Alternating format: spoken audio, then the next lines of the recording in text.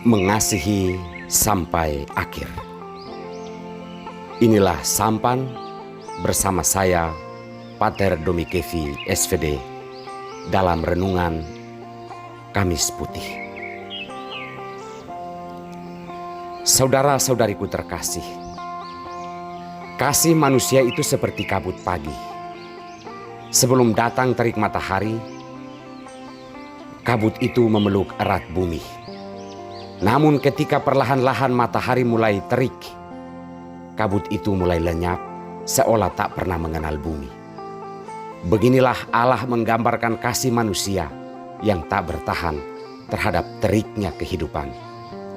Dalam keadaan nyaman, manusia mengasihi layaknya pelukan kabut terhadap bumi. Namun ketika ia tersakiti atau muncul tantangan dan godaan, kasih itu seperti tak pernah ada. Perayaan Kamis Putih juga disebut perayaan cinta kasih. Kita merayakan kasih Allah terhadap manusia yang berlangsung sampai akhir. Tak kenal hujan, angin ataupun badai, kasihnya berlangsung sampai akhir.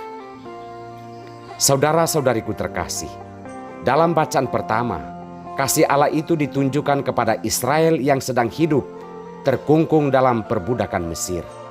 Malam itu, Allah mau membawa mereka keluar dari Mesir. Dalam kisah ini, Allah merancang segala sesuatu berlangsung dalam kasih. Mereka diminta untuk menyembelih anak domba atau kambing untuk merayakan Paskah. Mereka juga diminta untuk makan bersama, bukan hanya dalam keluarga, tetapi juga ada yang berkelebihan. Jika ada yang berkelebihan, mereka pun wajib memanggil tetangganya. Allah seolah-olah membayangkan bahwa malam pelarian itu masing-masing mereka pasti tetap berjuang untuk menyelamatkan dirinya sendiri atau keluarganya sendiri. Maka ia meminta mereka untuk tetap berjuang hidup dalam kasih apapun situasi yang sedang mereka hadapi. Darah anak domba yang dikorbankan adalah tanda kasih mereka. Dan malam itu, ketika Allah mau menyelamatkan mereka, Allah akan mengenal mereka dari tanda kasih tersebut, yakni darah anak domba yang dioleskan pada jenang pintu mereka. Intinya, tetap merayakan kasih dalam perjamuan itu apapun keadaannya. Dalam Injil Yohanes kita mendengar tentang perjamuan cinta kasih. Hal itu diungkapkan Yesus ketika makan bersama murid-muridnya di malam sebelum ia diserahkan kepada maut, dan juga ketika ia membasuh kaki para rasul. Dua peristiwa ini menunjukkan bahwa kasih Allah berlangsung sampai akhir. Jika Yesus adalah manusia seperti kita, ia pasti tidak peduli kepada mereka yang mengikutinya.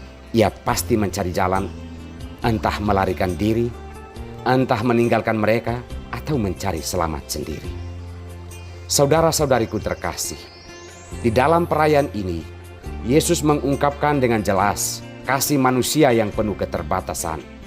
Ketika mereka dipanggil untuk karya keselamatan, mereka malah sibuk mencari kedudukan siapa nanti yang terbesar di antara mereka. Yudas Iskariot yang hanya jatuh cinta pada Yesus hanya pada awal panggilan. Namun ketika ada ancaman dan peluang untuk mencari nyaman, maka ia memilih berkhianat dan menjual Yesus untuk mendapatkan keuntungan pribadi. Akan tetapi Yesus tetap menunjukkan kasihnya sampai akhir. Ia merayakan dua hal yang patut dirayakan oleh kita para pengikutnya sebagai warisan yang nilainya tiada tara. Makan bersama dalam persaudaraan dan juga mewariskan kerendahan hati untuk saling melayani. Peristiwa ini menunjukkan bahwa makan bersama dan saling melayani adalah sesuatu yang kudus. Maka sebenarnya peristiwa Kamis Putih meninggalkan suatu pesan bagi kita agar tidak menodai makan bersama dan pelayanan itu dengan pengkhianatan, penyangkalan, apalagi meninggalkan sesama yang harus dicintai dan dikasihi sampai akhir. Saudara-saudariku terkasih, masuklah ke dalam diri kita masing-masing. Seperti apakah kasih kita kepada Allah dan sesama? Apakah masih menyerupai kabut pagi? Apakah kita mau mengasihi untuk mendapatkan imbalan? Apakah kita mau melayani untuk sebuah pencitraan diri? Apakah kita mau berbagi karena takut dinilai tidak baik? Kabut kasih kita adalah motivasi-motivasi tidak imani yang sering membuat kita saling menyangkal dan saling membenci, serta saling menjual harga diri sesama kita. Cinta kita hanya sebatas untuk diri kita dan hanya sebatas ketika kita nyaman. Ketika terik persoalan hidup beranjak naik, cinta kasih, pelayanan, kerendahan hati, dan pelayanan kita mulai hilang. Mengasihi sampai akhir, itulah perayaan hidup yang harus kita kenang dan rayakan di dalam hidup kita setiap hari. Tuhan memberkati kita semua.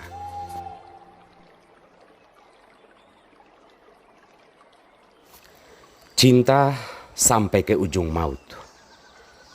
Inilah sampan bersama saya Pater Domi Kevi SVD dalam renungan Jumat Agung.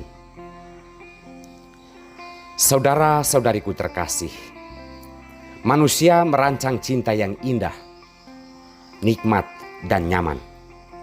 Katakanlah apa yang indah, yang nyaman dan yang nikmat itu adalah kecantikan, ketampanan, kekuasaan dan kekayaan. Rasa nyaman itu adalah romantis dan perhatian. Dan kita membangun cinta di atas dasar tersebut. Maka ketika ada yang tidak elok, tidak nyaman dan tidak nikmat, tamatlah riwayat cinta. Manusia merancang cinta di atas hal-hal yang muluk tanpa mau berkorban. Korban menurut manusia sedapat mungkin dapat dihindari agar yang tertinggal hanyalah rasa nyaman. Saudara-saudariku terkasih, Yesus baru saja merayakan perayaan cinta kasih bersama murid-muridnya dalam perjamuan malam terakhir. Yesus mengungkapkan rasa cinta yang mendalam kepada kita semua dengan cara makan bersama dan membasuh kaki para rasulnya. Beberapa jam kemudian ia dijemput paksa oleh para serdadu Yahudi yang datang dengan bersenjata lengkap. Adalah Yudas, salah seorang murid Yesus yang memandu para serdadu tersebut setelah menerima imbalan 30 keping perak. Para murid meninggalkan Yesus sendirian menghadapi maut tersebut. Ia ditinggalkan, ia dikhianati, ia disangkal, ia dihujat, namun ia memilih diam. Yesaya mengatakan bahwa dia membiarkan diri ditindas, tidak membuka mulutnya seperti anak domba yang dibawa ke pembantaian. Dan tentang nasibnya, siapakah yang akan memikirkannya? Tak satu pun mereka yang dibasuh kakinya yang bersedia untuk tetap menyertai Yesus dan memikirkan Yesus. Itulah cinta Tuhan. Bahkan seorang petani biasa seperti Simon dari Kirene yang tidak tahu menahu soal hidup Yesus, dialah yang membantu memanggul salib Yesus ketika Yesus sudah tak berdaya di jalan penuh penderitaan itu. Cinta para murid tidak sampai ke ujung maut. Saudara-saudariku terkasih, di puncak Golgota, Yesus menunjukkan perayaan cinta yang sebenarnya ketika ia menghembuskan nafas untuk terakhir kalinya. Bagi Yesus, cinta itu dirayakan dalam pengorbanan. Tidak ada pengorbanan tanpa cinta dan tidak ada cinta tanpa pengorbanan. Cinta dan korban berjalan berdampingan dan ketulusan adalah berekatnya. Bagi Yesus, cinta dijalani dalam wajah yang tak elok dipandang, dirayakan dalam cercaan, dirayakan dalam hinaan, dan bahkan ketika semua murid meninggalkan dia, ketika semua orang mengolok-olok dan meludahinya, ia merayakannya di dalam diam. Itulah cinta menurut Yesus. Cinta tidak ditunjukkan ketika ada uang, kekuasaan, kenyamanan atau imbalan, tetapi justru ketika maut menjemput, penderitaan menengok, kesulitan menderah, disitulah cinta tetap dinyatakan dan harus dijalani. Saudara-saudariku terkasih, melarikan diri dari cinta itu suatu pertanda bahwa kita belum memahami sungguh apa artinya cinta. Itu pertanda bahwa cinta kita masih sangat materialistis dan penuh syarat. Saya mau mencintai Tuhan dan sesama jika ada upahnya, ada maunya dan sejenis itu. Tuhan mencintai tanpa syarat. Kita yang adalah pendosa dicintai sampai ia dijemput maut dan kematian. Perayaan Jumat Agung adalah bukti cinta kasih Allah kepada kita, bahwa Allah mencintai kita sampai ke ujung maut. Saudara-saudariku, berhadapan dengan tantangan dan kesulitan hidup, kita cenderung mempersalahkan Tuhan dan sesama dan bertanya, mengapa justru saya? Atau mengapa harus saya? Kita berbuat seolah-olah kita tidak pantas untuk menderita, padahal kitalah yang menciptakan penderitaan itu. Kita menolak pekerjaan-pekerjaan yang berat. Kita mau mencari nyaman. Kita tidak rela milik kita dibagi-bagi kepada sesama. Kita tidak mau waktu kita terbuang di dalam gereja, di dalam rumah Tuhan. Semoga contoh dari Yesus, yakni mencintai kita sampai ke ujung maut, menyadarkan kita untuk membuang cinta yang semu, cinta yang kita ciptakan dengan penuh intrik keuntungan diri. Kita belajar untuk mencintai hidup, mencintai sesama dengan semangat pengorbanan, bukan semangat mengorbankan sesama kita. Cinta sampai ke ujung maut adalah memikul resiko apapun, asalkan tetap berada di jalan Tuhan, bukan jalan yang kita rancang dengan penuh kenyamanan. Tuhan, ampunilah kami, orang berdosa ini. Tuhan memberkati kita semua.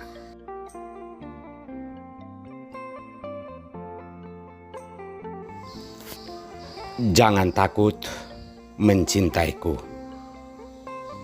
Inilah sampan bersama saya Pater Domi Kevi SVD. Renungan Malam Paskah tahun 2021. Saudara-saudariku terkasih dimanapun Anda berada. Saya menyebut Paskah tahun 2021 ini dengan sebutan paket cinta. Kamis Putih, renungan saya berjudul Mengasihi atau Mencintai Sampai Akhir. Jumat Agung, renungan saya berjudul Mencintai Sampai ke Ujung Maut. Dan Malam Paskah, yakni malam ini, saya beri judul Jangan Takut Mencintaiku. Dasarnya adalah karena hanya aku yang mencintaimu sampai akhir hidup. Hanya aku yang mencintaimu sampai ke ujung maut sekalipun. Dan untuk itulah aku memintamu untuk tidak takut mencintaiku. Aku adalah Tuhan. Saudara-saudariku terkasih, bacaan-bacaan suci hari ini memberikan alasan yang tepat mengapa manusia atau kita tidak boleh takut mencintai Tuhan. Kitab Kejadian menggambarkan dengan jelas bahwa Tuhan adalah alasan dari semua yang ada di atas muka bumi ini. Dialah yang menciptakan alam semesta, termasuk kita manusia.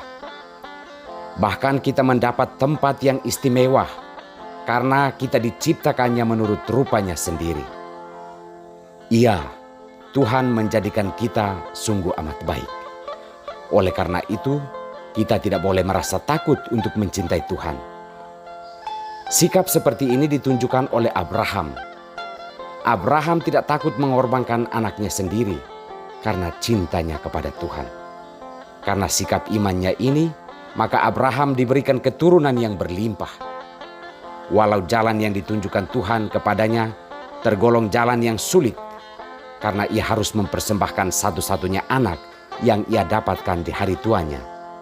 Namun karena cintanya kepada Tuhan, ia rela dan tidak takut melakukan hal tersebut.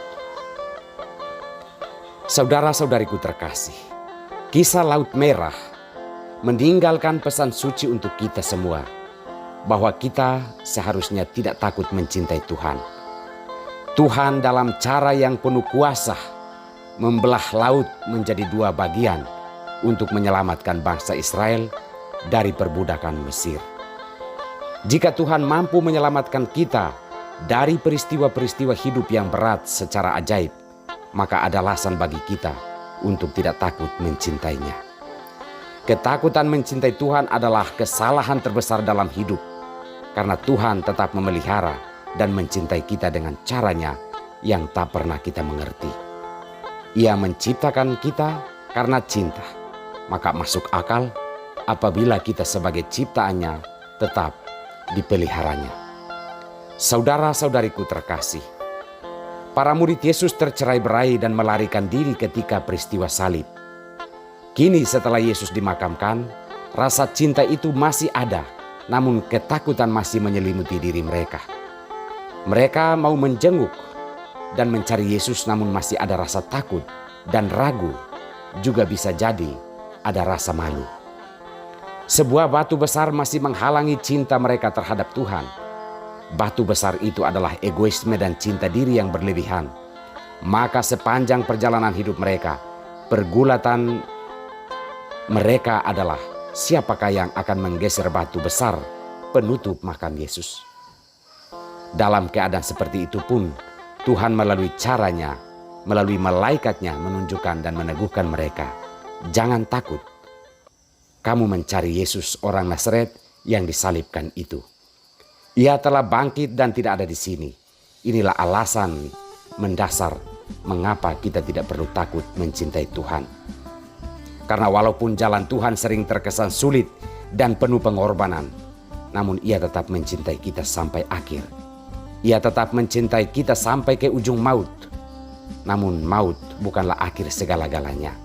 Kebangkitan Yesus meneguhkan kita untuk kembali setia dan tidak takut mencintai Tuhan, serta jalan-jalan yang ditunjukkannya kepada kita.